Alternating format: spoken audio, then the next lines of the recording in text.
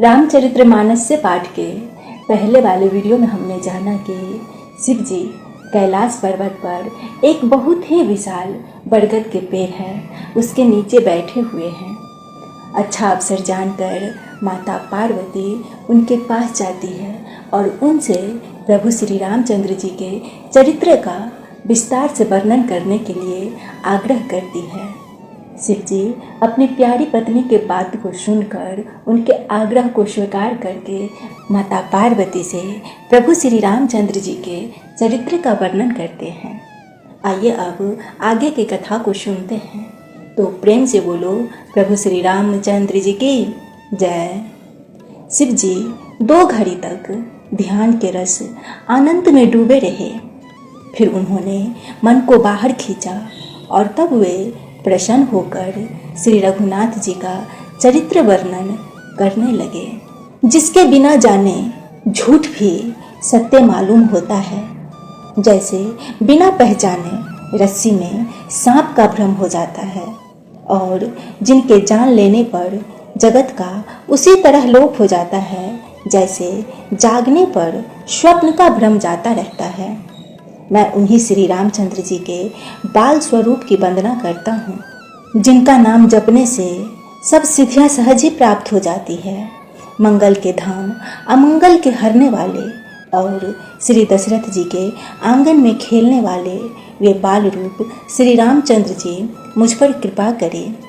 त्रिपुरासुर का वध करने वाले शिव जी श्री रामचंद्र जी को प्रणाम करके आनंद में भरकर अमृत के समान वाणी बोले, हे गिरजा कुमारी पार्वती, तुम धन्य हो, धन्य हो। तुम्हारे समान कोई उपकारी नहीं है। जो तुमने रघुनाथ जी की कथा का प्रसंग पूछा है, जो कथा समस्त लोगों के लिए जगत को पवित्र करने वाले गंगा जल के समान है। तुमने जगत के कल्याण के लिए ही प्रश्न पूछा है। तुम श्री रघुनाथ जी के चरणों में प्रेम रखने वाली हो।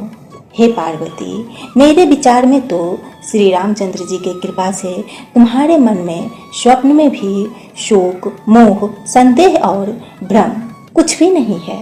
फिर भी तुमने इसीलिए वही पुरानी शंका की है कि प्रसंग के कहने सुनने से सबका कल्याण होगा। जिन्होंने अपने कानों से भगवान की कथा नहीं सुनी, उनके कानों के छिद्र सांप के बिल के सामान्य है। जिन्होंने अपने नेत्रों से संतों के दर्शन नहीं किए, उनके वे नेत्र मोर के पंख पर दिखने वाले नकली आँखों के गिनती में है।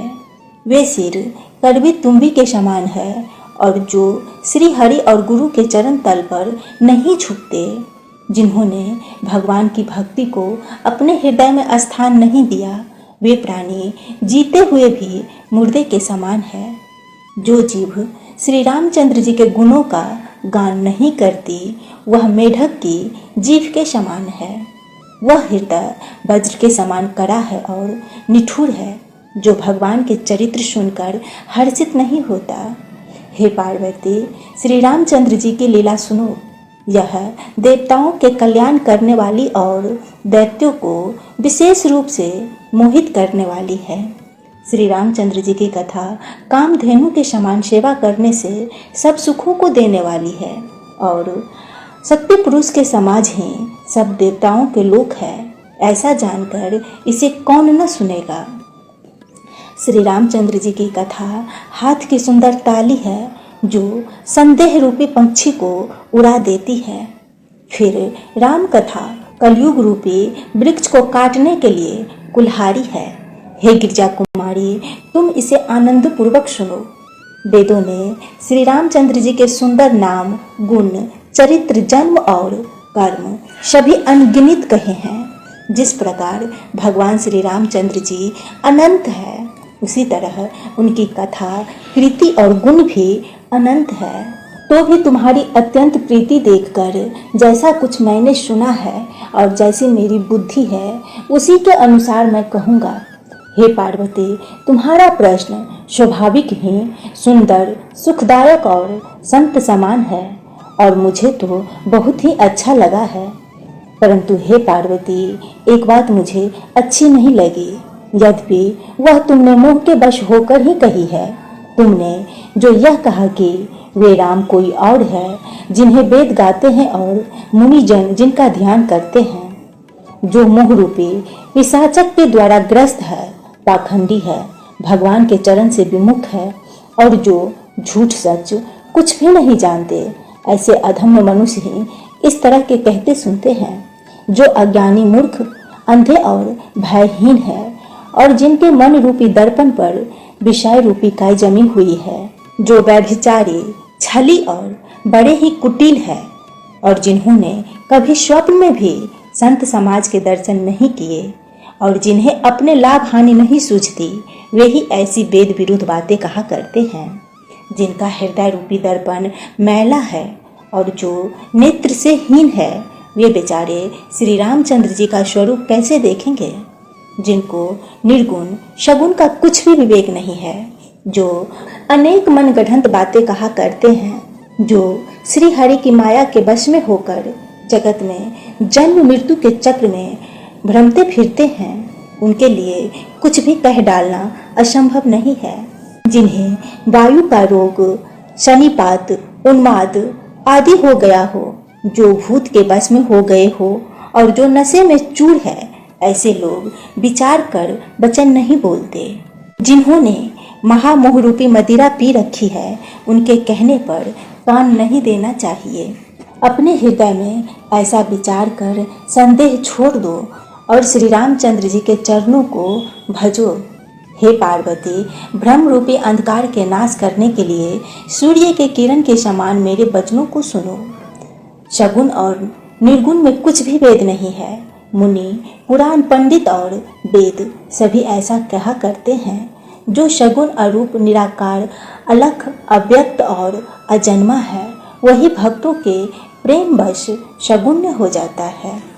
जो निर्गुण है वही शगुन्य कैसे है? जैसे जल और आले में भेद नहीं, दोनों जल ही है, ऐसे ही निर्गुण और सगुण एक ही है, जिसका नाम भ्रम रूपी अंधकार के मिटाने के लिए सूर्य है। उसके लिए मोह का प्रसंग भी कैसे कहा जा सकता है? श्री रामचंद्र जी के सच्चिदानंद स्वरूप सूर्य है, वहाँ मोह रूपी रात्रि का लवलेश भी नहीं है। वे स्वभाव से ही प्रकाश रूप और खडेशव युक्त भगवान है। वहाँ तो विज्ञान रूपी प्रातः काल भी नहीं होता। अज्ञान रूपी रात्रि हो तभी तो विज्ञान रूपी प्रातः काल हो। भगवान तो नित्य अज्ञान रूप है। हर्ष, शोक, ज्ञान, अज्ञान, अहंता और अभिमान, ये सब जीव के धर्म है। श्री रामचंद्र जी तो व्यापक ब्रह्म, परमानंद स्वरूप, परमात्मा, प्रभु और पुराण रूप है। इस बात को सारा जगत जानता है। जो पुराण पुरुष प्रसिद्ध है, प्रकाश के भंडार है, सब रूपों से प्रकट है, जीव, माया और जगत सबके स्वामी है, वे ही रघुकुल मणि श्री रामचंद्र जी मेरे स्वामी है। ऐसा कहकर शिव जी ने उनको मस्तक नवाया।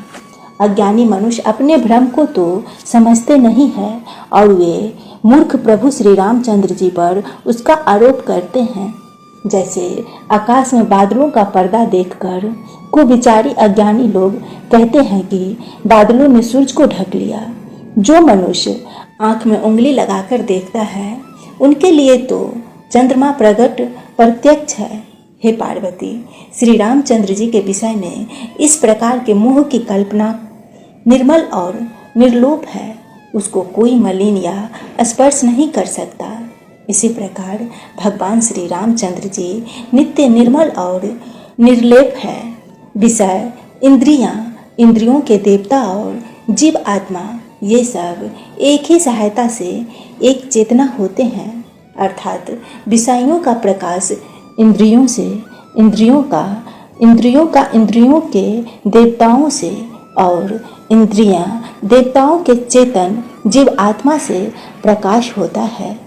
इन सब का जो परम प्रकाश है, अर्थात जिससे इन सब का प्रकाश होता है, वही अनादि ब्रह्म अयोध्या नरेश श्री रामचंद्र जी है।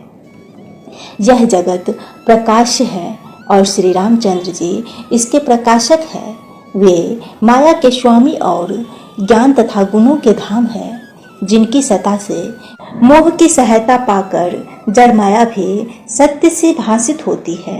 जैसे शिप में चांदी की और सूर्य के किरणें में पानी की बिना हुए भी प्रतीत होती है, यद्यपि यह प्रतीत तीनों कालों में झूठ है, तथापि इस भ्रम को कोई हटा नहीं सकता।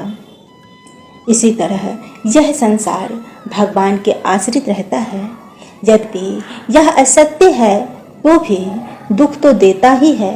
जिस तरह स्वप्न में कोई सिर काट ले तो बिना जागे वह दुख दूर नहीं होता। हे पार्वती, जिनकी कृपा से इस प्रकार का भ्रम मिट जाता है वही कृपालु श्री रघुनाथ जी है, जिनका आदि और अंत किसी ने नहीं जाना। वेदों ने अपने बुद्धि से अनुमान करके इसे गाया है। वह ब्रह्म बिना ही पैर के चलता है, बिना ही कान के सुनता है, बिना ही हाथ के नाना प्रकार के काम करता है, बिना ही जिह्वा के सारे 6 रसों के